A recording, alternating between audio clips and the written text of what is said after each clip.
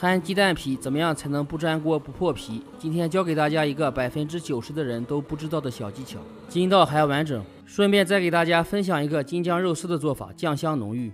准备6个鸡蛋打散，再加入水淀粉搅拌均匀，尽量选择土豆淀粉。把锅提前预热一下，不要烧至冒烟。烧热以后加一点水，再放少量油，盖上锅盖，调到最小火烧一会儿。油水混合以后就会贴在铁锅表面。用刷子刷匀以后，开始摊鸡蛋皮。先下入半勺蛋液，再快速转匀，让蛋液均匀地贴在铁锅表面。尽量用最小火慢慢的加热，这样摊出来颜色更均匀。中间成熟最快，只需要把周围烤一下就行。四周有一点翘起来以后，再转动锅均匀地烧一下。这样用铁锅摊鸡蛋皮又快又完整，味道还特别香。肉丝洗干净，控干水分，加入盐、胡椒粉、料酒、老抽、鸡蛋。顺一个方向搅拌至吸收，再加入少量淀粉，这样可以封锁水分，肉丝吃起来鲜嫩不柴。最后再加入少量油拌匀，防止下锅以后粘连。大葱像这样划开，把里面的芯取出来，斜刀切成丝，这样能把筋膜切断，吃的时候不会塞牙。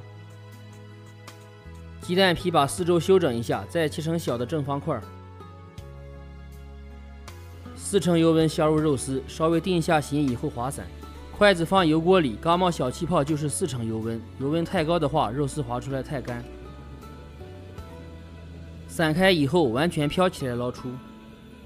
锅留底油，下入白糖炒化，炒至白糖颜色微黄以后离火，下入甜面酱，用糖的温度激发出酱香味，这样比直接用油炒酱香味更足。酱冒小气泡的时候下入肉丝，炒上色以后加少量水，调味放一点盐，这样更能突出甜味。有少量汤汁的时候加少量水淀粉勾个薄芡。视频都看到这里了，麻烦动动您发财的小手点赞支持一下吧，非常感谢。也可以根据个人口味搭配一点香菜和黄瓜丝。喜欢的朋友记得收藏起来试一下，感谢您的关注和支持，我们下期见。